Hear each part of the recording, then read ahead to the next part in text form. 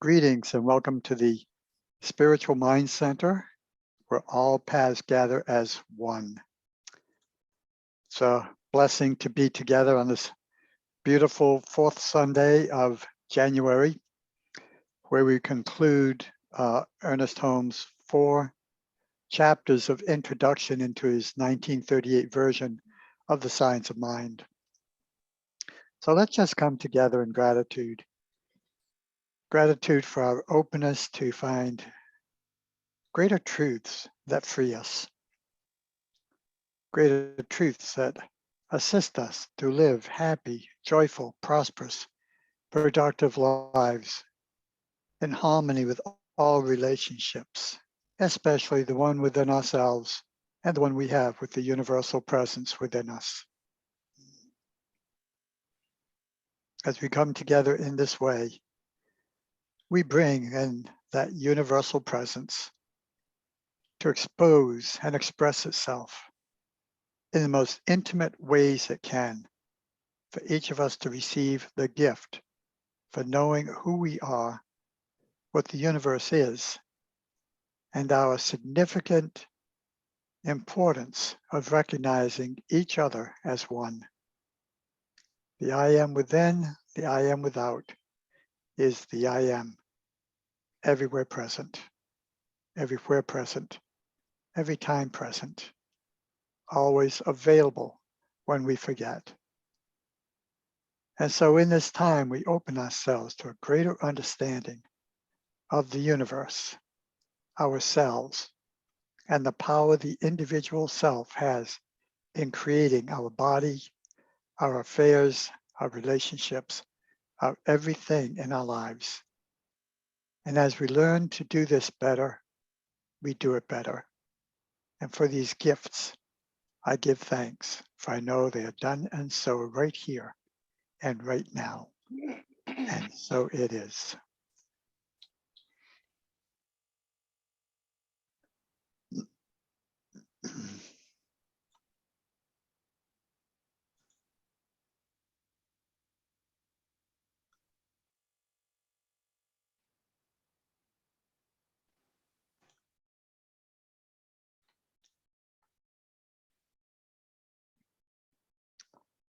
Okay.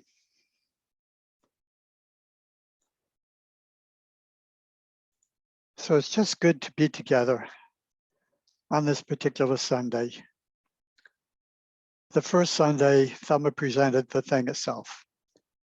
And what we realize is we are immersed in this universal presence. Forget about the Earth for a moment. Forget about our solar system, forget about our galaxy, and go into space. The allness, the vastness of space. How big it is, and how small everything is within it in comparison to its infinity. And now think of yourself as a conscious being within this seeming vacuum of energy, just waiting to express itself. And every time we think with feeling,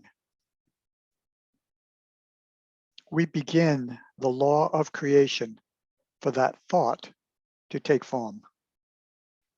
Every time we think with feeling, we are bringing this law of cause and effect into activity. The law does not distinguish between good thoughts and bad thoughts. It's just thought. It's just direction. It's just a claim on the universe to bring itself into form.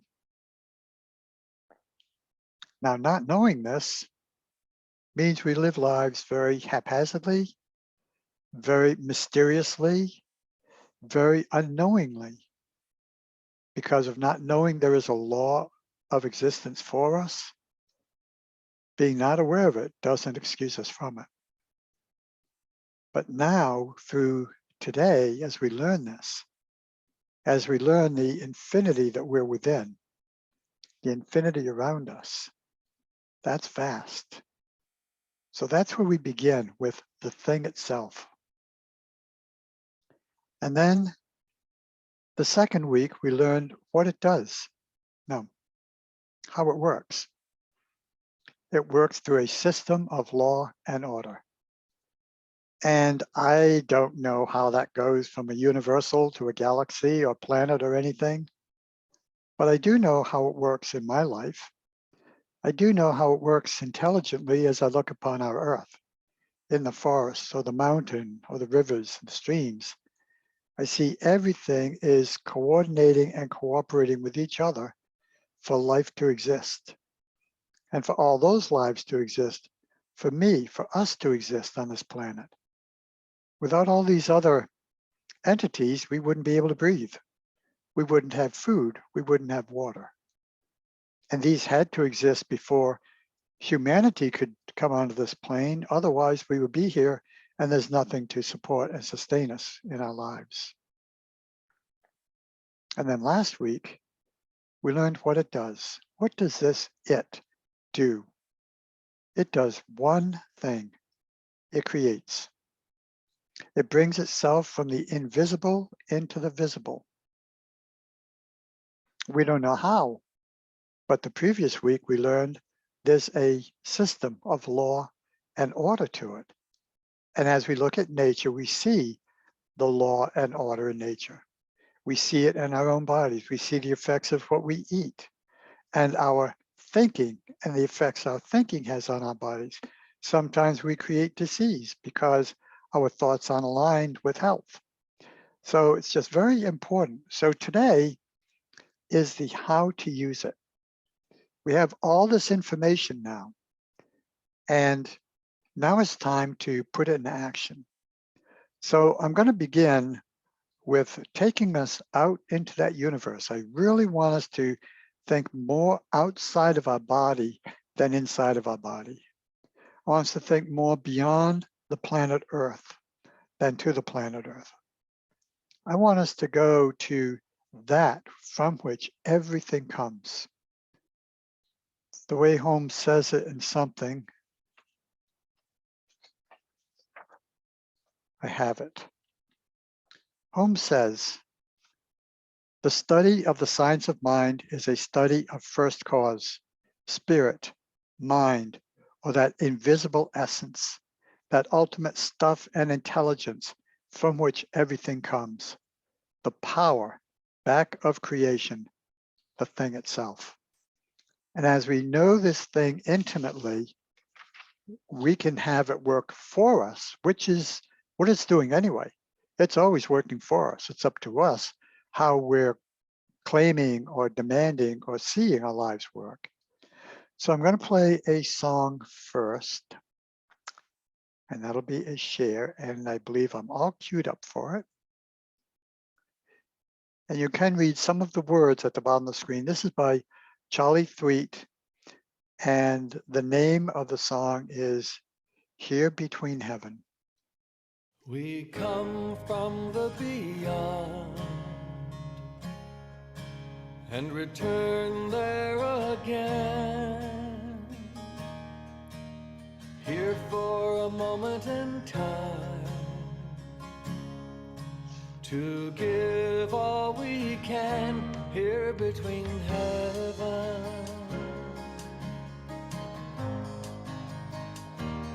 We're between heaven.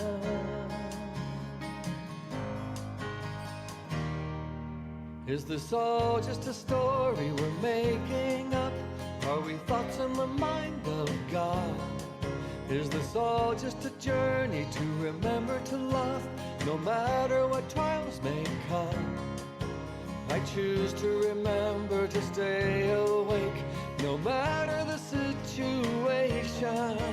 And with every turn, may I always make love my initiation. Here between heaven, between heaven, we're between heaven.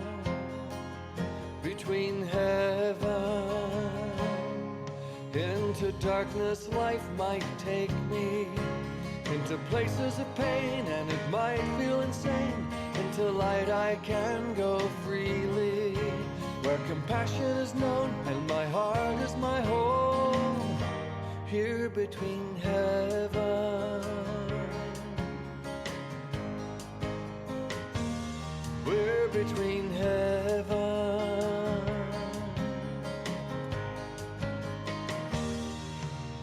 We come from the beyond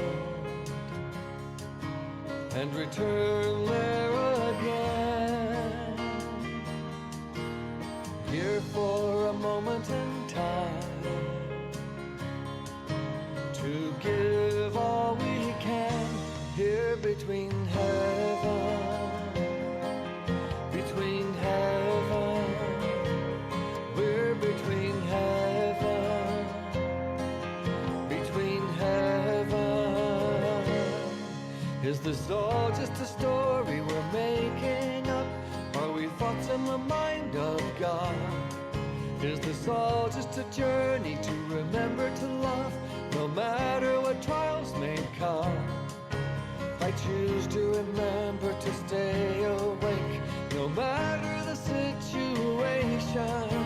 And with every turn may I always make love my initiation. I choose to remember to stay awake, no matter the situation. And with every turn may I always make love my initiation, here between heaven. We're between heaven,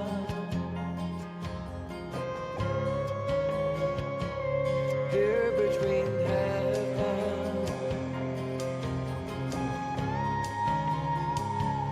We're between heaven.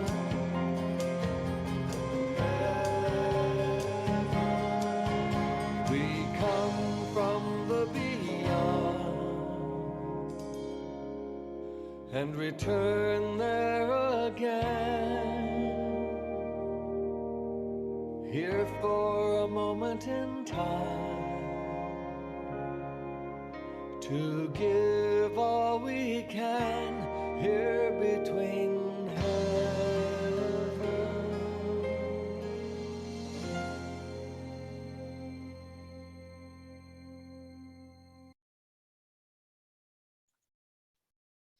I stopped it there because it goes on with lots of beautiful music, and time is important.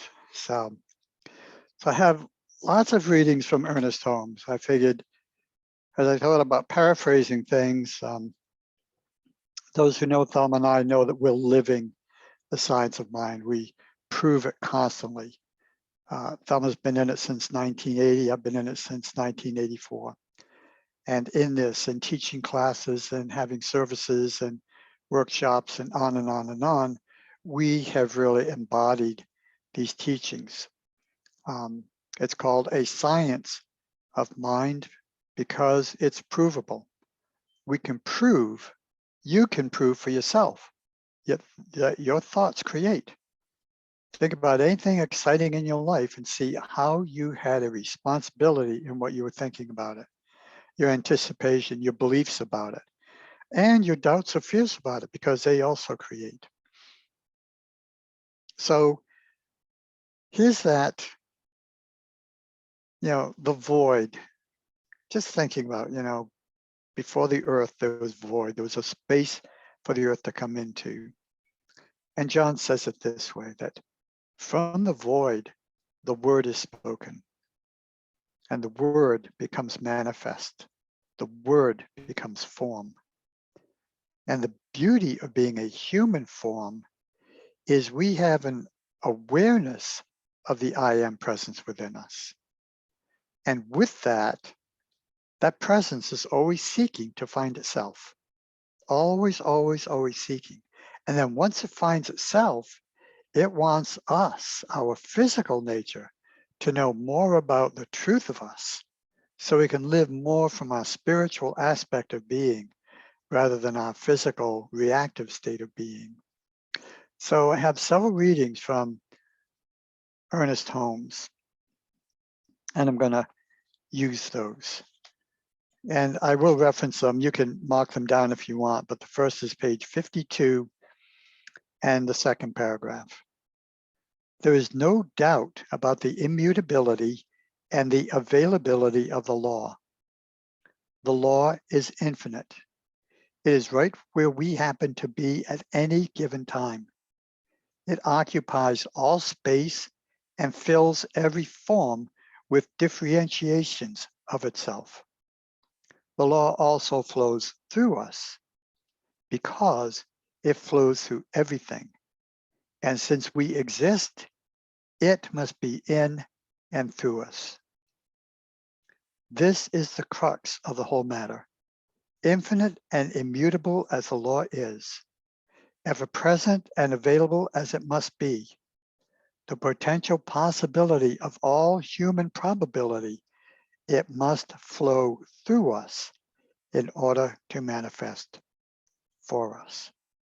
So for me, Jesus long ago gave me an example. This is what I want to be. I didn't want to be like Jesus. You know, that's what the church is telling me. Well, you're going to do this, you can't do this, and on and on. But that's not how I saw Jesus. I saw Jesus as one who walked the earth the way I want to walk the earth, one who walks the earth as a God-conscious being.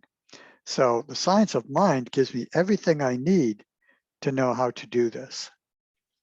So on the same page, paragraph 4, it, the law, must and will respond to everyone because it is law, and law is no respecter of persons.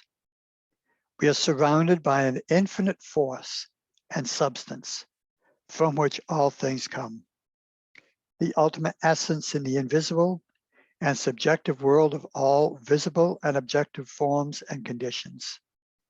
It is around us in its original state, ready and willing to take form through the impulse of our creative belief. It works for us by flowing through us. This law we did not create. This law we cannot change. We can use it correctly only as we understand and use it according to its nature. Very powerful paragraph, but it's saying, be careful what I'm thinking. If we just begin observing our thoughts, we can start without judging them, just observe, you know, in the no thingness of doing anything, just what am I thinking now? Is that a thought that supports me? Is that a thought I want to uphold me and fulfill me? Or is that a thought that I want to shy away from, that I don't want, that it has bad things for me? So just be aware of what I'm thinking. Because Holmes continues with this. Hence it follows that if we believe that the law will not work, the law really works by appearing to not work. When we believe that it cannot and will not, then according to the principle, it does not. But when it does not, it still does. Only it does according to our belief that it will not. Now that's the fun way that I love Ernest Holmes and the way he expresses. But what he's saying is, if the law is not working, I've got to look at what's my belief in it working, or do I believe more than it not working? Many times when we're in illness or disease or lack of any kind, generally, where is our focus? Our focus is on unhealth. Our focus is on what I can't do because of the lack. But when I put to the universe, you will do, boom, the universe gets that. And the more power I put into that, more belief I put in it, the more knowingness I put into that, the more trust I put in it, the more absoluteness I put into that, it must function. You know, the parting of the sea was no miracle. The healings that Jesus did were no miracles. Just knowing how to use this intelligence to perform its work. That's all we have to do. The rest is up to the intelligence to do it.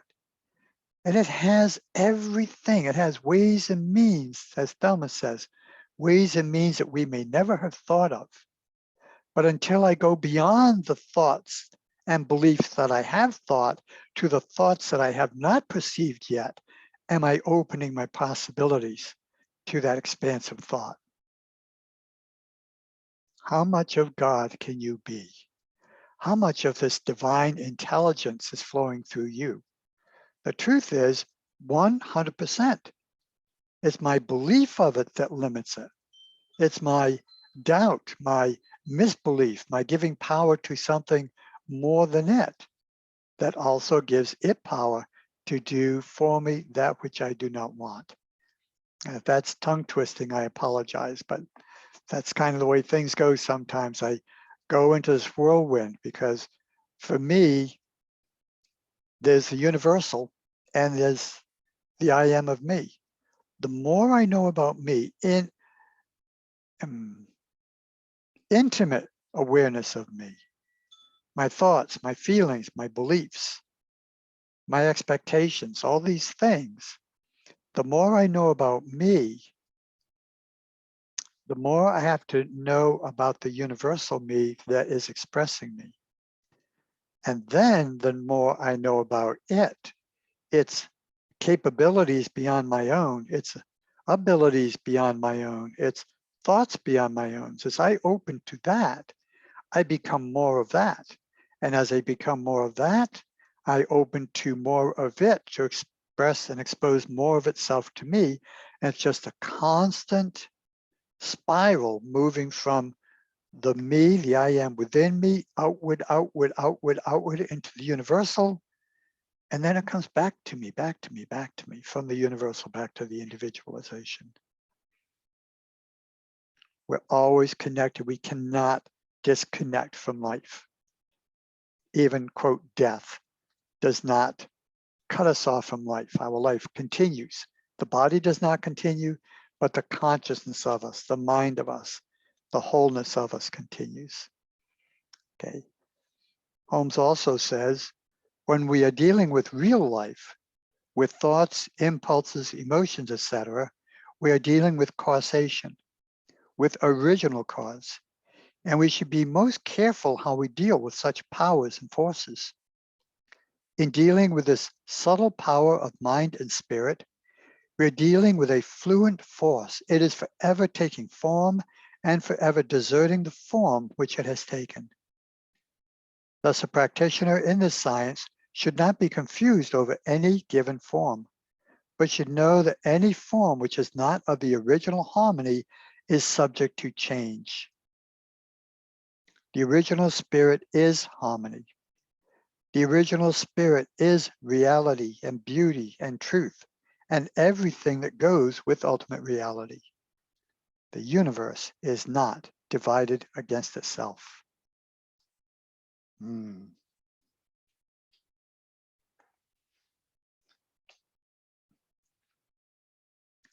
The practice of the science of mind calls for a positive understanding of the spirit of truth, a willingness to let this inner spirit guide us with a conscious knowledge that the law of the Lord is perfect. And we must believe this to be a fact. Insofar as our thought is in accord with this perfect law, it will accomplish and nothing can hinder it. Heaven and earth shall pass away, but my words shall not pass away, said the beautiful Jesus as he strove to teach his disciples the immutability of the law of righteousness. While it is true that wrong conditions exist, they could not remain unless there were someone to experience them. Consequently, the experience must be in consciousness. Change the consciousness and the false condition will disappear. Conditions are not entities.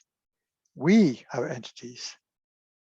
Cannot that which is conscious cast out that which has no consciousness? If we properly understood, we would be able to remove false conditions as easily as Jesus did. He knew, but our faith is weak. We must strengthen it, and we can.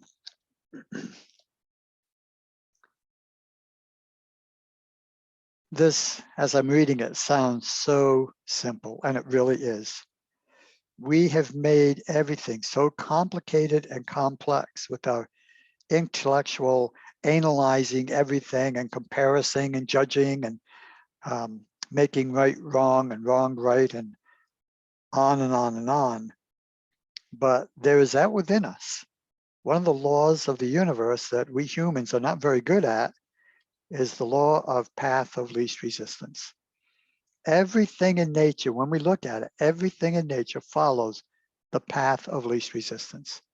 There's no struggle for the seed of grass to start putting its blade up to the surface or to put its root down. It just follows a path of least resistance. There is no force. There is just the power of itself to express itself. So with all this, in this particular chapter on page 56, beginning at paragraph 4, is a general, what we call a spiritual mind treatment or a prayer from Ernest Holmes.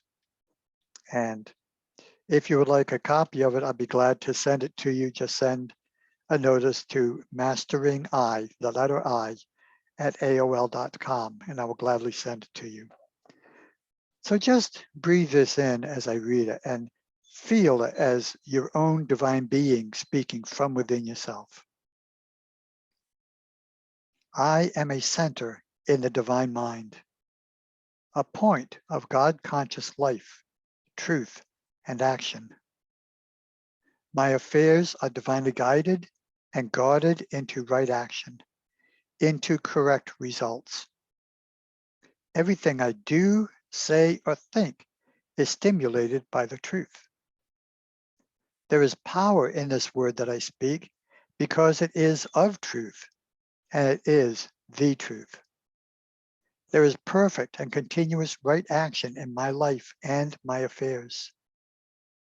Any belief in wrong action is dispelled and made negative.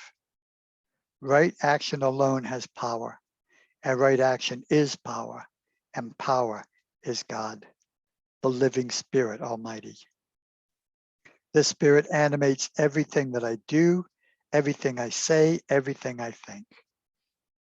Ideas come to me daily, and these ideas are divine ideas. They direct me and sustain me without effort. I am continuously directed. I am compelled to do the right thing at the right time, to say the right word at the right time, to follow the right course at all times. All suggestion of age, poverty, limitation, or unhappiness is uprooted from my mind and cannot gain entrance to my thought. I am happy, well, and filled with perfect life. I live in the spirit of truth and am conscious that the spirit of truth lives in me. My word is the law unto its own manifestation and will bring to me or cause me to be brought to its fulfillment. There is no unbelief, no doubt, no uncertainty. I know, and I know that I know. Let every thought of doubt vanish from my mind, that I may know the truth, and the truth may make me free.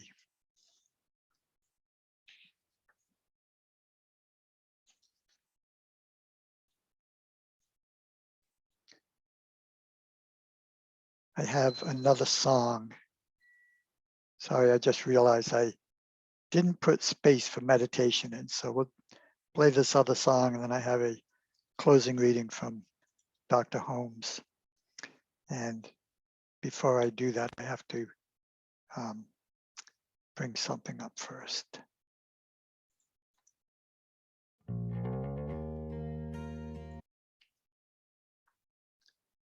Oh, I'm already sharing it. Sorry about that.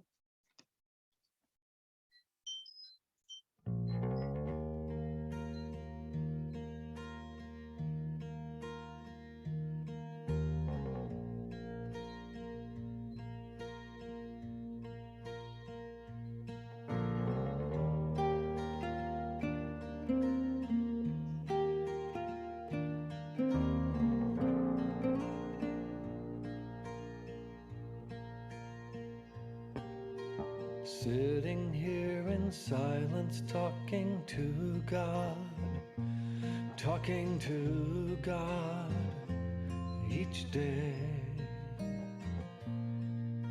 Sitting here in silence, talking to God, talking to God, I pray. I can call for help anytime, talking to God each day. I can send out help anytime, talking to God, I pray. Sitting here in peace, talking to God, talking to God each day. Sitting here in peace, talking to God, talking to God, I pray. I can call for help anytime, talking to God each day. I can send out help anytime, talking to God, I pray.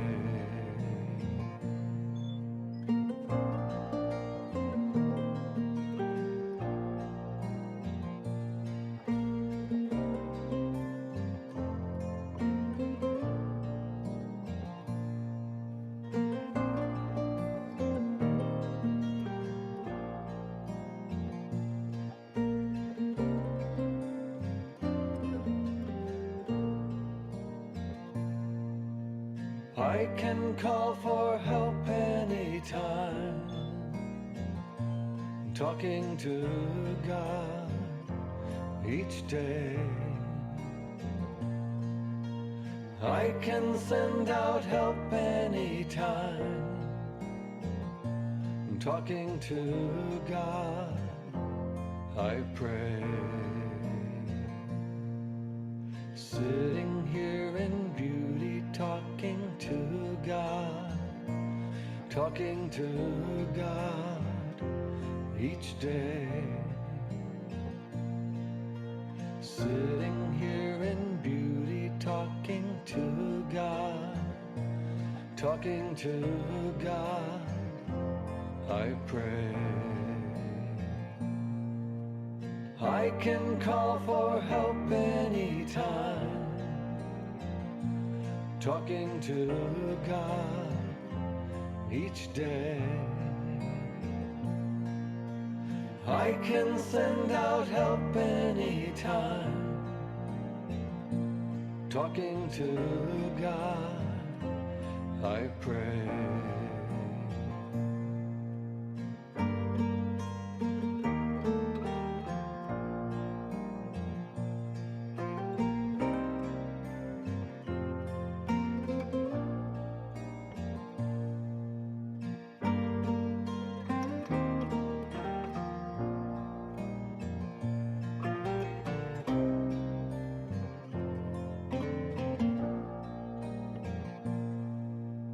I can call for help anytime, talking to God each day. I can send out help anytime, talking to God, I pray. I can call for help anytime. Talking to God each day. I can send out help anytime. Talking to God, I pray.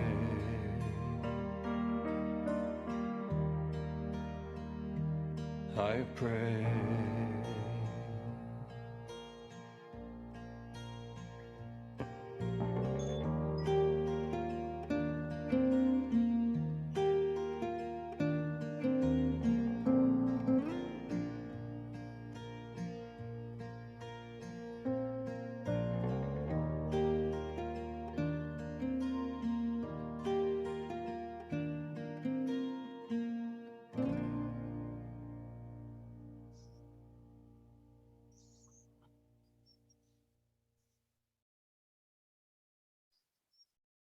Mm. Thank you. And that's a very, very, very important aspect in making this connection with our spiritual being, our higher self, our I am presence, is meditation. As we can still and quiet our mind, I think it's a psalmist that said, "Be still and know I am God." Everywhere present, every tree, every leaf, every branch, every cell, every organ, every part of our being is this presence expressing itself intelligently in total cooperation with all of its environment, both giving and receiving to each other for sustainability. So the importance of meditation. And did you notice that he used terms like sitting in the beauty, sitting in the peace, sitting in the love? We automatically, when we say these words and bring it into a spiritual awareness, we open ourselves to that deeper, deeper sense of tranquility, serenity, and the all goodness. So Dr. Holmes finishes this, how to use it with this. And I want us to see this. We're still at the beginning of 2022. We're still in the beginning of this new millennium of the 21st century, the third millennium after divinity. So Dr. Holmes says, a new light is coming into the world. We are on the borderland of a new experience. The veil between spirit and matter is very thin. The invisible passes into visibility through our faith in it. A new science, a new religion, and a new philosophy are rapidly being developed. This is in line with the evolution of the great presence, and nothing can hinder its progress. It is useless, as well as foolish, to make any attempts to cover this principle, or to hold it as a vested right for any religion, sect, or order. The truth will out. The spirit will make itself known. Happy are we if we see these things which, from the foundation of the human race, have been longed for by all aspiring souls.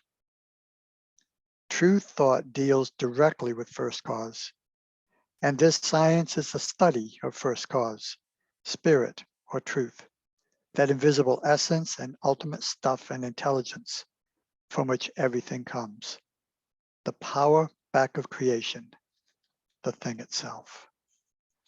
So thank you for joining us today. We will stop the formal portion after the closing treatment so we can have some dialogue and discussion.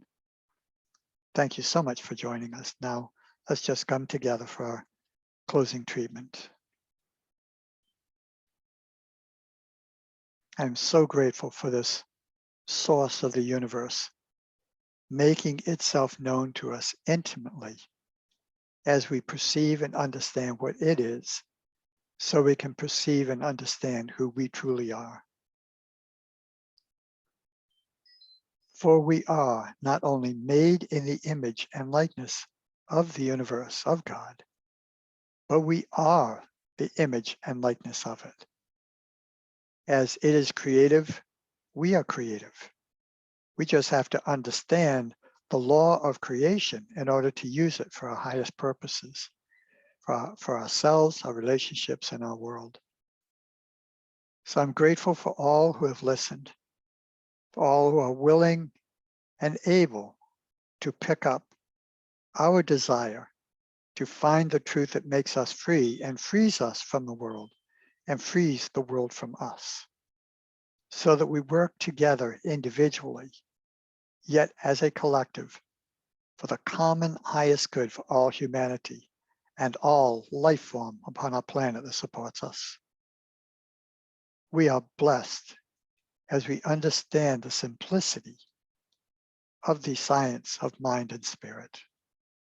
For through it, we are encouraged, supported, empowered to be spiritual beings walking through our human expression,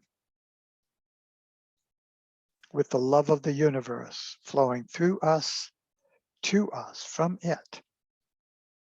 I give thanks, knowing that all that has been said, all that has been thought, felt, and heard for each of us individually have made a difference in our lives.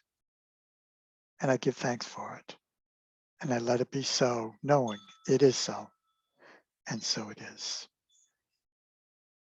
And I'll just add, if this has had special meaning to you, and you would like information on the Science of Mind classes, just contact me at masteringi, the letter I, at AOL.com, and we'd be glad to send you information.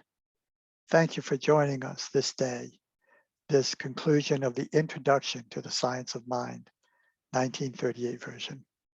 God bless. Have a wonderful week. Bye for now.